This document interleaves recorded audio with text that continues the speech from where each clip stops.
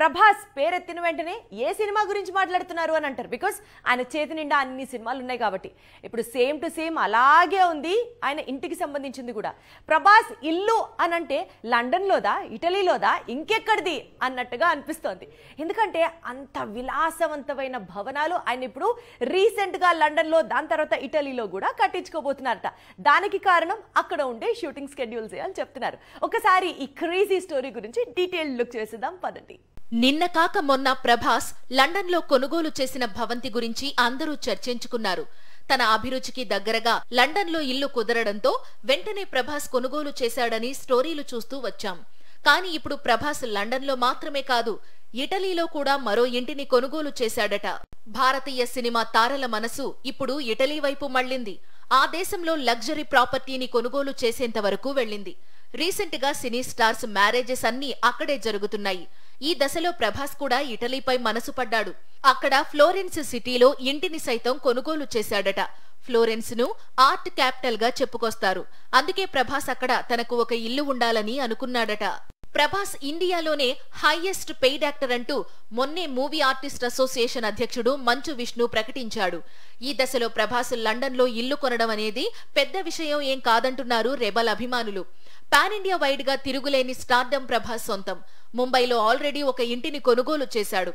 అయితే ఆ ఫ్లాట్ ను కేవలం ముంబైలో షూటింగ్స్ ఉన్నప్పుడే వినియోగిస్తున్నాడు రెబల్. శంకర్ సినిమా అంటేనే అసలు సాంగ్ స్పెషలిస్ట్ ఆయన అన్నది ఒక బిరుదుంది. ఎందుకంటే అద్భుతంగా ఆయన విజన్కి తగ్గట్టుగా మ్యూజిక్ డైరెక్టర్స్ని కూడా ఎంచుకుంటారు. Beat AR Rahman or beat Harris Jayaraj, ఎవరైనా సరే ఆయనకున్న సాంగ్స్ని ఈ రకంగా తీర్చిదిద్దాలి అనుకున్న లెవెల్కి సరిపడేలాగా మ్యూజిక్ అందిస్తూ ఉంటారు. కానీ ఇప్పుడు ఆయన సినిమాల్లో బరిలోకి దిగుతున్నారు అనిరుద్ అండ్ థమన్. చూడాలి మరి వీళ్ళిద్దరూ విజన్ ఆఫ్ శంకర్ని మ్యాచ్ అవ్వగలరో లేరో అన్నది. శంకర్ డైరెక్ట్ చేస్తోన్న గేమ్ చేంజర్ నుంచి జరగండి సాంగ్ రిలీజ్ కావడంతో అందరూ ఇప్పుడు శంకర్ మ్యూజిక్ డైరెక్టర్స్ గురించి డిస్కషన్ స్టార్ట్ చేశారు. శంకర్ సినిమాకు సంగీతం అంటే అది నెక్స్ట్ లెవెల్లో ఉండాలని రెహమాన్, హారిస్ జయరాజ్ స్టాండర్డ్స్ సెట్ చేసి పెట్టారు. జెంటిల్మెన్ నుంచి రెహమాన్, శంకర్ కాంబినేషన్ కొనసాగుతూ వచ్చింది. 2.0తో ఈ కాంబినేషన్ కు బ్రేక్ పడింది. కానీ శంకర్ సినిమాకు రెహమాన్ ప్రతిసారి సూపర్ హిట్ ట్యూన్స్ అందిస్తూ వచ్చాడు. శంకర్ డైరెక్ట్ చేసిన అపరిచితుడు, నంబన్ లాంటి చిత్రాలకు మాత్రం హారిస్ జయరాజ్ వర్క్ చేశాడు. అపరిచితుడు చిత్రానికి హారిస్ అందించిన బాణీలు ఇప్పటికీ పాపులర్. ఆ ట్యూన్స్ కు శంకర్ ప్లాన్ చేసిన సెట్స్, లొకేషన్స్ ఆడియన్స్ ను మైండ్ బ్లాక్ చేశాయి. ఇప్పుడు శంకర్ మ్యూజిక్ డైరెక్టర్స్ మారారు. గత కొన్నేళ్లుగా టాలీవుడ్, కోలీవుడ్ ను షేక్ చేస్తోన్న టాప్ మ్యూజిక్ డైరెక్టర్స్ తో ఇప్పుడు శంకర్ చేతులు కలిపాడు. దాంతో భారతీయుడు 2 చిత్రానికి అనిరుద్, అలాగే గేమ్ చేంజర్ సినిమాకు తమన్ ఎలాంటి సాంగ్స్ అందించబోతున్నారు అనేది క్యూరియాసిటీని కలిగిస్తోంది. అనిరుద్ ఆల్రెడీ భారతీయుడు 2తో పాటు భారతీయుడు 3కి కూడా వర్క్ చేస్తున్నాడు. సౌత్లో నంబర్ 1 హీరోయిన్ ఎవరు అన్న వెంటనే టక్కని తట్టే పేరు నయనతార. దాని తర్వాత ఈ పేరుని కాస్త రీప్లేస్ చేస్తూ సమంత, శామ్ పేరు గట్టిగా వినిపించింది. ఇప్పుడు వీళ్ళిద్దరినీ దాటుకొని ఫస్ట్ పొజిషన్కి ముందుకొచ్చేసింది హీరోయిన్ త్రిష. సౌత్లో తను చేసిన ఫిల్మ్స్ అన్నింటిలో ఇప్పటి వరకు అత్యధిక పారితోషికం అందుకుంటున్న హీరోయిన్ ఎవరైనా ఉన్నారు అంటే దట్ ఈస్ త్రిష అని చెప్తున్నారు. నయన్ తర్వాత సౌత్ లీడింగ్ లో సమంత వెలిగింది. రీసెంట్ గా సిటాడెల్ ఇండియన్ వెర్షన్ లో నటించడం కోసం దాదాపు 10 కోట్లు పారితోషికం తీసుకుంది శామ్.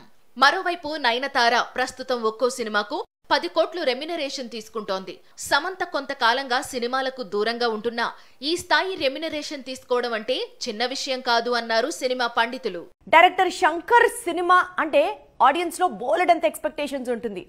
ఆ ఎక్స్పెక్టేషన్స్ ఫస్ట్ లుక్ దగ్గర నుంచి డెఫినెట్గా ఎస్టాబ్లిష్ అవుతూ ఉంటుంది. కానీ ఈ మధ్య ఎందుకో డైరెక్టర్ శంకర్ కాస్త తడబడుతున్నట్లు అనిపిస్తున్నాడు. ఒకసారి ఈ స్టోరీ చూడండి, మీకే క్లారిటీ వస్తుంది. కోలీవుడ్ స్టార్ డైరెక్టర్ శంకర్ గురించి ఈ రోజు ప్రత్యేకంగా పరిచయం చేయాల్సిన పని లేదు. భారతీయ సినిమాకు భారీతనం తీసుకురావడంలో శంకర్ పేరు ముందు వరుసలో ఉంటుంది. టెక్నాలజీని వాడుకోవడంలో శంకర్ రేంజ్ హాలీవుడ్ స్థాయిలో ఉంటుంది. జెంటిల్మెన్ నుంచి శంకర్ తీసే సినిమాల్లో స్టోరీ, క్యారెక్టరైజేషన్, సాంగ్స్, మ్యూజిక్ అన్నీ కూడా ఒకదానితో మరొకటి పోటీ పడుతూ ఆడియన్స్ మైండ్ బ్లాక్ చేస్తున్నాయి. అయితే 2015లో రిలీజ్ అయిన ఐ నుంచి శంకర్ స్పీడ్ కాస్త తగ్గింది. ఐ, 2.0 అన్నీ కూడా భారీతనంతో తెరకెక్కాయి. కానీ శంకర్ రేంజ్ మూవీస్గా నిలవలేకపోయాయి. లాస్ట్ ఇయర్ రిలీజ్ అయిన భారతీయుడు 2 టీజర్ లో కూడా వావ్ ఫ్యాక్టర్ మిస్ అయ్యింది. ఇప్పుడు గేమ్ చేంజర్ నుంచి రిలీజ్ అయిన ఫస్ట్ సింగిల్ కూడా యావరేజ్ గా నిలిచింది. ఆల్రెడీ లీక్ అయిన సాంగ్ అయినప్పటికీ శంకర్ మార్క్ సెట్స్ లో మాత్రమే కనిపించింది. తమనందించిన బీట్ లో మెగా ఫ్యాన్స్ హార్ట్ బీట్ పెంచే విధంగా అయితే లేదనే టాక్ మొదలైంది. అందుకే ఆ ఇంపాక్ట్ వ్యూస్ పై పడింది. శంకర్ లాంటి దర్శకుడితో రామ్ చరణ్ లాంటి హీరో చేతులు కలిపినప్పుడు ఫస్ట్ సాంగ్ రిలీజ్ అయినప్పుడు ఈ పాటికి యూట్యూబ్ షేక్ కావాలి. కానీ అలా జరగలేదు. అన్ని వర్షన్స్ కలుపుకునే 20 మిలియన్స్ దాటింది. అయితే రీసెంట్ గా సింగిల్ లో మీరు చూసింది కొంతే అని థియేటర్ కు వస్తే అసలు జరగండి సాంగ్ రేంజ్ ఏంటో తెలుస్తుంది అంటున్నాడు నిర్మాత దిల్ రాజు. సినిమాలో ఇంకా 4 పాటలు బ్యాలెన్స్ ఉన్నాయని, ఆ సాంగ్స్ ఒక్కొక్కటి రిలీజ్ అయిన రోజున మెగా ఫ్యాన్స్ కు పండగే అంటున్నాడు. ఈ ఏడాది దీపావళి కానుకగా అక్టోబర్ చివరి వారంలో ఈ చిత్రాన్ని ప్రేక్షకుల ముందుకు తీసుకొచ్చేందుకు ఏర్పాట్లు చేస్తున్నారని సమాచారం. టిల్లు తుఫాన్ ధాటికి టాలీవుడ్ కలెక్షన్స్ అన్ని షేక్ అయిపోతున్నాయి అంతే. The power of a sequel ఏంటి అన్నది మరొకసారి సక్సెస్ఫుల్ కంబ్యాక్ తో ప్రూవ్ చేశాడు టిల్లు. దీంతో పాటు ఆల్రెడీ ఒక పాజిటివ్ రెస్పాన్స్ రావడంతో కంబ్యాక్ చాలా గట్టిగా అనిపిస్తోంది. అండ్ అలాగే డెఫినెట్లీ మన డీజే టిల్లు 100 కోట్ల కలెక్షన్లపై కన్నేశాడు అంటున్నాయి ట్రేడ్ వర్గాలు. 2022లో టిల్లు మొదటిసారి కనిపించాడు. ఆ తరువాత టాలీవుడ్ టిల్లు ప్రేమలో పడిపోయింది. 2 ఏళ్ల తర్వాత మళ్లీ టిల్లు తిరిగొచ్చాడు. ఈసారి టాలీవుడ్ రెట్టింపు ప్రేమ చూపిస్తోంది.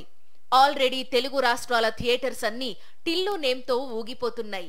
ఓవర్సీస్ మార్కెట్లోనూ టిల్లు హంగామా మామూలుగా లేదు. మొదటి పార్ట్ బ్లాక్ బస్టర్ కావడం, టిల్లు క్యారెక్టర్ సూపర్ గా పేలడంతో టిల్లు సీక్వెల్ కు మొదటి రోజే 23 కోట్లకు పైగా వసూళ్లు వచ్చాయి.